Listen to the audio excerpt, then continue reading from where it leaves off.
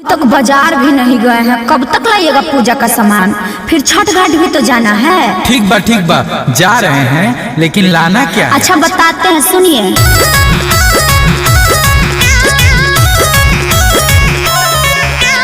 केला नारियल लाइक सेब नाशपातिया, केला नारियल लाइक सेब नाशपातिया, हमहू करब एक पिया छठ के बरतिया।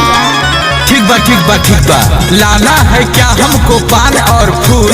लाना है क्या हमको पान और फूल? लिख दीजिए नहीं तो जाएंगे भूल। ठीक बा अरे जाइए ना, बाजार पहुँच कर फोन कीजिएगा, कुछ भुलाइएगा तो हम बता देंगे, आप टेंशन क्यों लेते हैं? ठीक बा अरे हेलो, कहाँ है जी? सारा सामान खरीद लिए, इतना देर कैसे हो रहा है? पान फूल कीन लिए भाखारा से नूर। अच्छा ठीक है, और भी देख लीजिएगा, भुलाइएगा नहीं। पान फूल कीन लिए भाखारा से नूर। अच्छा ठीक है। युवा सूद नहीं मिला था बढ़ गए दूर। युवा सूद नहीं मिला था बढ़ गए दूर। सुनिए ना, भूलिएगा मत दिया बात कपूर, ए जी हमारा ले पालक सड़िया लाइएगा जरूर, ए जी हमारा ले पालक सड़िया लाइएगा जरूर। ठीक बा अरे जल्दी तैयार होइए। क्या हुआ? अभी हम डलिए सजा रहे हैं, अभी हम डलिए सजा रहे हैं, देखिए ना लोग सब जा रहे हैं।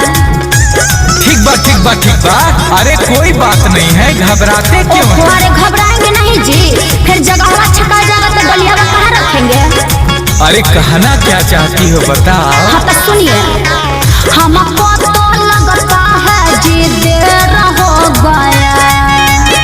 सुनिए ना, हमको तो लगता है जी देर हो गया, ए जी जल्दी चलिए, अर्घ के बेर हो गया, ए जी जल्दी चलिए, अर्घ के बेर हो गया।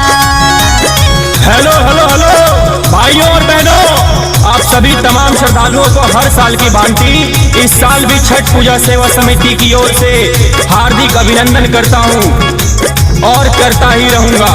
आप लोग शांति बनाए रखें। आप सभी छठ व्रतियों से अनुरोध है कि घेरा के अंदर ही रहें, आगे गहरा पानी है।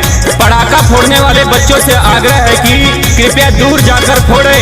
और हाँ, एक बात और, कोई भी व्यक्ति चप्पल जूता पहनकर छठ घाट के अंदर प्रवेश ना करे। अजी माइकवा पर क्या बोल रहा है जी?